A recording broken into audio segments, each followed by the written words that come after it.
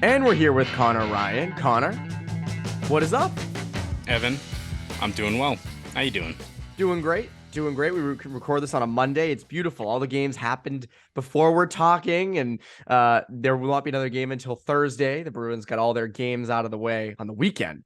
Classic example of Patriots bye week, but Bruins, I guess, kind of Bruins took their just snuck place right on Sunday. in. Yeah, exactly. Still kept us busy. So, Oh yes, kept you right and busy, which is all we can ask for. I texted you and Ty this after the game. I watched the game from a 99 eating alone in Marlboro. So hell catching yeah. up on some work. So I'd say that might have been my peak. I mean, I think I'm hoping that's not my peak, but it was pretty good. That was, Listen, those are my old stomping grounds. First of all, shout out the 99 in Marlboro. And second of all, I yes, mean, the 99 is just a party. I mean, you got it is. whether it's the free popcorn, they have the beers and like the icy mugs, which is great. Ooh, An elite, yes. an elite barbecue chicken wrap. Like, what more do you want? Like, you want to have a meeting with like associates, people want to go to Ruth Chris or anything like that. Forget that. Go to the 99. That's where you Facts. go. No, we've always been a Pro 99 Of podcast. course. And they also have a great country fried chicken. I didn't get that on Sunday, but it is quite good. I did, however, watch the game on like one of those TVs at the bar, like how most normal people watch Bruins games Oh, or yes. when they're out. But it's funny because as the past, Bruins are still on their hot streak. They're still cooking. But the 5-on-5 offense has not been as prevalent as it maybe was at the beginning of the year. And, Jim Montgomery has Pastrnak back with Bergeron and Marchand. Feels like this is the old times are coming back. Is it concerning? I mean, I know it's never concerning to have those three back together, but are you at all concerned with the 5-on-5 offense elsewhere? I think it's something worth monitoring, right? I think when you look at the fact that I think when you look at how you want this team to be rolling going into, let's say, the playoffs, I know we're getting ahead of ourselves, but in terms of this team at its highest capabilities or at its highest ceiling, I think ideally it's pretty much what Montgomery has rolled out for most of this year, where I think in terms of the matchup issues, in terms of giving teams the most trouble over a 7-game series, ideally it would be Pastrnak with David Krejci and Taylor Hall, Jake DeBrusk with Marchand and Bergeron, and making a bit of a matchup nightmare in terms of that top six, because as we've seen in the past, what's going to doom this team in previous playoff runs has usually been that lack of secondary scoring and teams kind of diverting all their effort towards shutting down the Bergeron line, and then other lines can only pick up the pace. Granted, so far this year, they've had a lot of other guys really step up. So again, who knows what happens? But I think when you look at what makes this team elite, it's if you have a top six, we have two different lines that can really do a lot of damage. So far, it really hasn't manifested. I think the Marchand, Bergeron, DeBrusk line hasn't scored a goal together at 5-on-5 play so far this year. Not great. And I think, again, you look at the Taylor Hall, David Krejci, David Pastrnak line, a lot of high-end talent there. But I think right now, over their extended time together, I think it's even. They've scored 3 goals and they've given up 3 goals. Not kind of the lopsided edge you really want to have. It's a far cry from what we saw in 2021 when Krejci and Hall, I think they were out there on the ice together that season. I think the Bruins outscored opponents 14-1.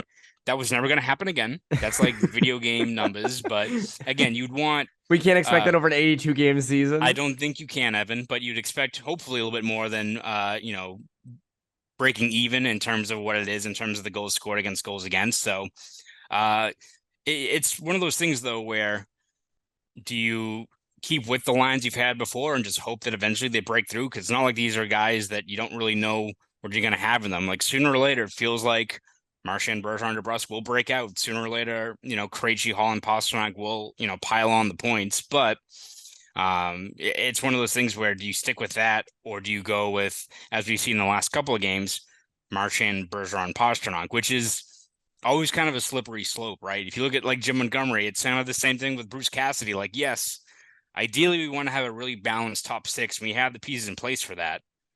Oh, but look at look at what happens when you put those guys together. I mean, you look at even that goal against Buffalo where they're batting the puck out of the air. It looked like Yeah. it was like the Globetrotters against like my basketball team in high school. Like it's just it's another 5 tiers in terms of what they can bring night in and night out. So if you want instant offense and you want, I mean, elite two-way play, down both ends of the ice, you have it with Marchand, Bergeron, Pastrnak. You just hope that if you're Jim Montgomery and the results keep on piling up, you don't stray away from, I think, what his ideal vision is. But it's tempting, right? When you see those guys out there together. Well, I think it's also goes back to like the whole thing of, as you said, in a playoff series, you want to spread that talent out. So it's not the 2019 Cup final and that top line isn't getting shut down. But in the regular season, when it's game 16 against the Vancouver Canucks on a Sunday in November, you don't have to worry so much about spreading out the scoring. It's just get enough scoring to win. And that line against a team like the Canucks gives you that. And I think, and we've seen it in past years. Like, I don't think that's anything different than we've seen under Cassidy. Like, it was the same thing. You need to beat Anaheim in October. Let them cook. Like, I think that sometimes you put them together. It's the same on D almost, where you have, as we've said, two number one defensemen in Lindholm and McAvoy. When McAvoy came back in, they were not playing together. But damn well that if the Bruins are down a goal or need a goal in the last 10 minutes of a game, you can put those two together and, get something good out of it. So again, I think it goes back to this. I don't know if it signifies a problem. As David Krejci and I'll go back to the Czech Republic. Like, oh, you took Pastrnak away from me. I'm gone. This is all I need. This is the last straw. This is it. It is always funny though. One thing I love, and I've been reading, Jim Montgomery's quotes and things like that, is and since he's gotten here, he's almost in awe of the Bruins. Like, first it was the leadership and Bergeron, but then you read some of his comments after, seeing what those three do together, on that top line. And it just, it's so funny to see. Obviously he's the coach, but he comes as an outsider. It's funny, his kind of first impressions on putting those two together, because remember this was back when they hired him. We read that story. I forget, it might've been like the Dallas Morning News. It was somewhere where a few years ago he was talking, and, he tries to model his lines after putting everyone on a line, doing something different, bring something different to the table. And he kept mentioning Marchand, Bergeron, Pastrnak. And we were kind of waiting for him to revert back to that. And it's taken, I guess, this to do so. And again, we'll get into sort of the Bruins, I guess, having some issues coming up shortly.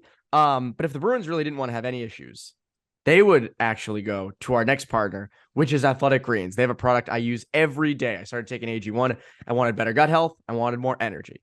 I don't drink coffee or use caffeine because I wanted healthier natural energy, and AG1 has been providing it in droves.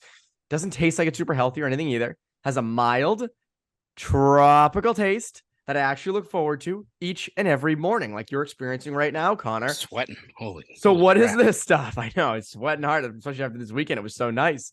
With one delicious scoop of AG1, you're absorbing 75 high-quality vitamins, minerals, whole food source ingredients, probiotics, and adaptogens to help you start your day right. This special blend of ingredients supports your gut health, your nervous system, your immune system, your energy, recovery, focus, and aging. All the things. It's lifestyle friendly. Whether you eat keto, paleo, vegan, dairy-free, or gluten-free, it contains less than a gram of sugar, no GMOs, no nasty chemicals or artificial anything, while still tasting really good with that tropical taste. This all supports better sleep quality and mental clarity. Right now, it's time to reclaim your health and arm your immune system with convenient daily nutrition. It's just a single scoop in a cup of water every day. That's it. No need for a million different pills and supplements to look out for your health. Just that one scoop. To make it easy, Athletic Greens is going to give you a free 1-year supply of immune-supporting vitamin D and 5 free travel packs with that first purchase. All you have to do is visit athleticgreens.com/Bruins. Again, that is athleticgreens.com/Bruins. Take ownership over your health and pick up the ultimate daily nutritional insurance. So this kind of hits at a bigger question. As the Bruins have been rolling, again, 14-2, best start at home in franchise history. Like, everything is just kind of going right. They're winning games in multiple ways. But I think I'd be lying if I said I expected them to do this. I don't think anybody expected them to do this.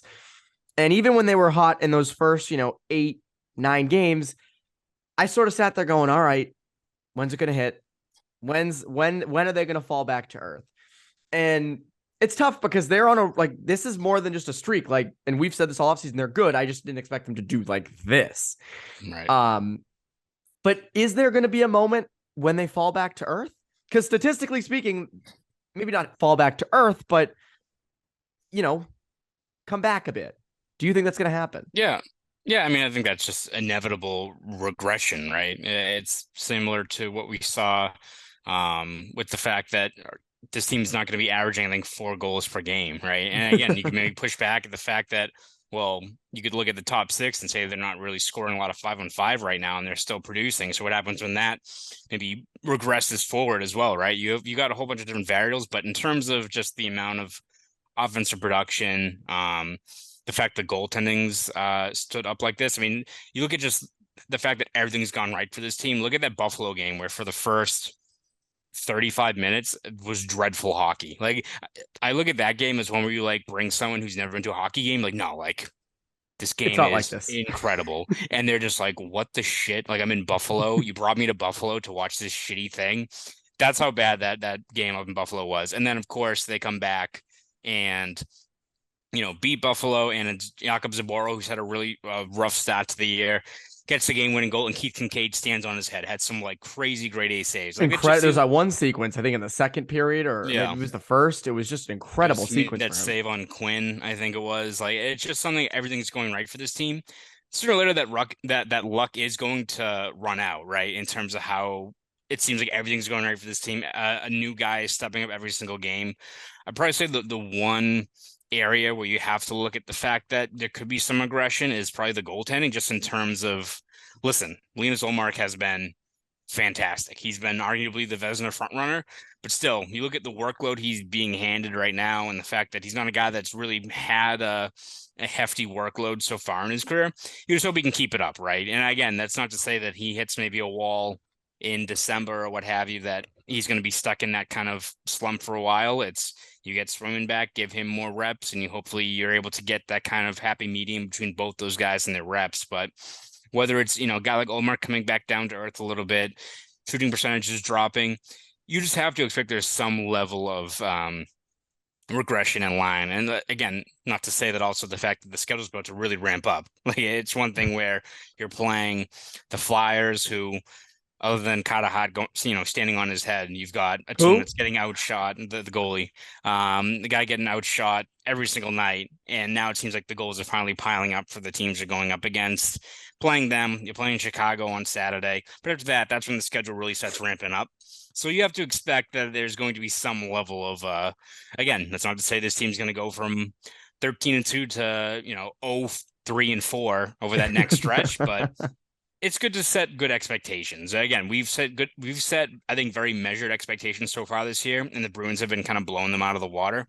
But still, let's not go with reckless abandon in terms of this team going 5-1, right? Yeah. And also, like, I don't think it's it's been tough for me personally, and I tweeted that I thought the Bruins were going to win the cup final or be in the cup final, whatever I tweeted. People were being like, oh, what an idiot, all this stuff. It's very hard for me not to be like, hey, guys, how's that prediction looking now? But at the same time, I will not do that because it's 16 games in. I will not do that. I'm not even like subtly trying to do this. Like, I'm telling you, I'm not doing it because, first of all, I respect you guys too much. And I understand it is really only over a month into the season. So I'm not going to do that. But I will say, though, one guy, no, do you think like, so you mentioned Ullmark, right? On Poke the Bear, we talked about our kind of early MVPs, and you said Ullmark, and I said Hampus Lindholm. And Hampus Lindholm is on an insane pace. I mean, like, absurd. That's a guy who, and granted, his stuff isn't like goal scoring. It's, making smart plays, which I don't think is going to end. But at some point, it wouldn't surprise me if, he wasn't second on the Bruins in points anymore. I mean, like, it's just such a crazy pace. And also, never having a minus game. We mentioned this on Poke the Bear, but never having a minus game as a Bruin. Like, at some point, a minus is going to sneak in there. At some point, he's not going to have 4 assists every game. Like, that feels like a guy to me who, again, I love Hampus Lindholm's game. I think he's just a clean, smart defender. I just, worth every penny that they gave him. I just don't know if he's going to be producing at a point per game pace throughout the season. Now, could he be sustainable, and could he be 40, 50, dare I say 60 points? I mean, maybe, but that feels like a guy who may regress like a teeny bit. Yeah, I just think that's everyone across the board, right? Other than maybe a guy like Pastrnak, who very well could score 50 goals, right? I think it's just natural you expect some of that regression, but that's not to say that a guy like Lindholm's going from Norris favorite to third pairing Fifth pairing. guy, right? No, I Like, no, oh yeah, exactly. That's not what I'm yeah, saying. yeah, yeah. No, I think it's just something you have to expect in terms of guys taking a step back or just having a rough stretch. Even the best players go through stretches of 4 or 5 games where they're off their game. Even look at David Krejci right now, coming back from injury. Doesn't seem like he's back to playing his capabilities. He had some really bad turnovers lately. Just hasn't impacted the game offensively like you'd like to see. Again, that could be injury. That could be just a guy getting back up to the regular conditioning in terms of the NHL. So it's one of those spots where, all right, what exactly are you expecting out of a guy like that? Like David Krejci wasn't going to go into this year and have 85, 90 points, but he can still be a Well, guy. He can still be a guy that can give you 50, 60, and that's more than enough. And who knows, by the time that a guy like Lindholm takes a step back or a guy like Bergeron, maybe it's Krejci that is the one that's then heating up at that point. So you have enough depth that you can have guys that hit a lull and the guys step up for you. we've talked about. I guess it's become not a negative show, but I feel like we haven't. I don't know. We've This been team kind of sucks, Evan. yeah. This seems terrible. 14-2. Sorry, done. But I want to do the unsung heroes so far this year, guys that have been producing more than expected, and might not get as much love. And my candidate for this is a guy who's getting a lot of love on social media and in general, but is a guy that no one expected to do any of this, and that's Nick Foligno, Uncle Nick. Subs in on the goalie hug with Swayman injured. But also, I mean, again, Montgomery said this, I think, last week, like there's almost not enough chances for him to use Nick Foligno. He's been so effective. And I just look at the way in which he's played and the production. And I mean, we've said it before, like we're kind of eating crow on this. Like he has fit in and he has worked. And you even, look at the Mitchell Miller situation and his comments there. I mean, again, I know it's not on ice, but still, like that's a leader in the dressing room and someone producing, and he's worked. I mean, how many times did we say during training camp, we were like, they got to get, someone younger on that fourth line, can't be Foligno. They got to do something with that contract. We asked about buying him out throughout the offseason, and he's proven us all wrong. And I think it's a good thing. But again, I guess, he's gotten praise, but I still think he's pretty unsung given where he is in the lineup. Oh, yeah. I mean, you look at it even going into the start of the regular season, the Bruins literally put him on waivers. It wasn't just like people hemming and hawing for this. Like, there's just still a guy that we were talking about. As soon as he got put on waivers, people were saying, could the Flyers grab him? Could Tortorella grab him? Like, there was legitimately people being like, all right, where's he going to go? And so far, it's worked out, as you said, fantastic for the Bruins in terms of just what he's brought. Because again, this is a guy that we've always said we're never questioning Foligno's off ice intangibles, his effort, all that stuff, but you need to also contribute a little bit on the ice to validate your spot in this lineup night in and night out. And so far he's done that. Whether it's again chipping in offensively, I think he has 7 points in 16 games now. The physicality, standing up for his teammates. He dropped the gloves with, I think it was Kevin Rooney few days ago. So during kind of that net front battle, and he's also doing things that impact the game beyond just the fights and the points. Like he's had, I think in the last 3 games, he's had 4 or 5 really, really good screens where he's fighting down low and it's directly led to goals. Maybe he doesn't get an assist on it, but if he's not down there screening the goalie, clearing out guys, those goals aren't getting past the netminder. So he's doing all the little things to really validate his spot in terms of being a key bottom 6 guy for this lineup. Again, dependable. A guy that in the way he's playing that in the playoffs, given his track record in Columbus and given how he's played this year, you can rely on him for whether it be production or a hit or a screen in the postseason. I think that's an important thing. Who is your unsung hero of the season? I know Foligno might be your pick too, but who's someone else? Right now I'll go with I think Connor Clifton's guy that really has upped his game. This is a guy that it feels like going into, I think this is his 5th season with the Bruins, kind of knew what you're expecting from him. He's going to give you energy. He's going to have quite a few highlight reels of him lighting up guys. But in terms of that consistency, you can see why over, I think, the years he's been either a third pairing guy, maybe a best suited as a 7th defenseman.